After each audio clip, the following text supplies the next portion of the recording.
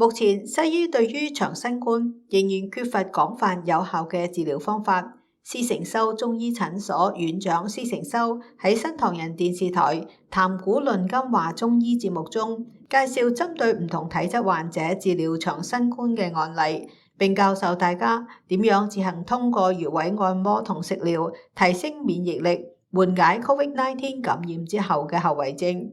施承修表示，從中醫角度睇，好多人長新冠嘅症狀唔同，係由於病毒感染將各自體內過去潛伏嘅問題誘發咗出嚟。舒緩長新冠症狀，穴位按摩、刮頭、敲頭。施承修表示，中醫仲可以透過刺激穴位，舒緩咳嗽、腦霧、肌肉無力等長新冠嘅症狀。對於咳嗽不停嘅患者，可以按壓兩個穴位，第一個係合谷穴，喺虎口，係拇指同食指之間，靠食指處。佢主要嘅功用係提升免疫力，一次可以按壓5下。另外一個穴位係肩泉穴，喺喉結部位嘅凹陷處，可以輕輕按壓5下。仲有啲患者有腦霧症狀、頭腦混沌、健忘、失眠或者係睡眠品質唔好，呢啲患者會感到頸發緊、血液循環變差。施承修表示，呢一類患者可以按摩枕骨下方嘅風池穴，用手或者係按摩棒按壓都可以，能夠有效緩解腦霧狀況。此外，亦都可以用刮痧板刮頭皮，雖然會痛，但痛完之後就會非常清爽精神。有啲人會有偏頭痛，就可以敲一敲疼痛一側嘅太陽穴同戌谷穴。太陽穴位於眉梢兩側嘅凹陷處，戌谷穴就位於耳尖正上方兩隻手指闊嘅地方。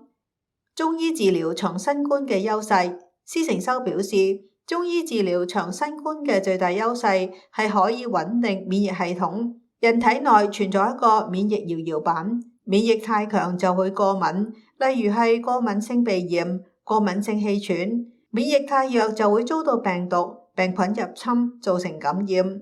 中醫治療能夠平衡呢個免疫搖搖板。另外一個優勢就可以從多方面強化人體嘅自愈力，緩解長新冠嘅各種病症。施承修介紹話，針對唔同身體狀況嘅患者，有以下5類常用嘅中藥：補氣藥，促進細胞嘅再生能力，例如係北芪、人參、何首烏、五味子。容易流汗、一吹風就會感冒嘅人，適合食北芪。平常好容易攰、一疲勞就會感冒或者係染疫嘅人，適合食人參。補血藥，加強血管嘅修復能力，例如係川芎、當歸、川七、丹參。女性如果喺月經期間或者前後容易染疫或者係感冒，就可以用川芎、當歸嚟調理。對於月經有血塊嘅女性，就選用川七同丹參。補陽藥，維持體溫，增強御寒能力，例如係蜀附子、玉桂、細辛。補脾藥，增進脾胃吸收同轉化為有用物質嘅能力，例如係茯苓、白術、淮山。適用於消化不良、乾瘦、長唔胖嘅人，特別係細佬哥或者係長者。驅風藥，增強抵抗病原嘅能力，例如係桂枝、麻黃、防風、荊芥、薑活。適合流汗或者係吹風之後容易感染嘅人，可以用於預防長新冠。提升免疫能力嘅食材同藥膳，施承修表示，抗氧化能力強嘅食物通常可以提升免疫力，典型嘅有茶、番薯、大蒜。容易怕冷嘅人可以多食糖分比較高嘅番薯，容易怕熱或者經常食油膩食物嘅人就飲一啲茶。不過需要注意嘅係，經常食番薯可能會發胖，太夜飲茶就可能會影響睡眠。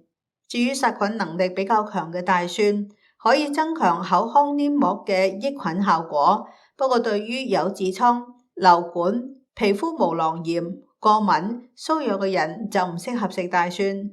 杏仁百合粥，對於長期咳嗽感到全身冇力、講話亦都冇力、對食物嘅消化吸收好差嘅長新冠患者，施承修推薦一道杏仁百合粥嚟調養。準備10個克嘅杏仁、10克嘅百合、10克嘅白果，加50克嘅大米、20克嘅冰糖同500毫升嘅水一齊煮，其中糖係人體吸收最快嘅能量來源。杏仁同百合可以潤肺止咳，白果對於咳嗽、腸胃、大腦都有保健作用。另外，對於有新冠後遺症嘅糖尿病患者，司承修就建議唔使加大米同糖。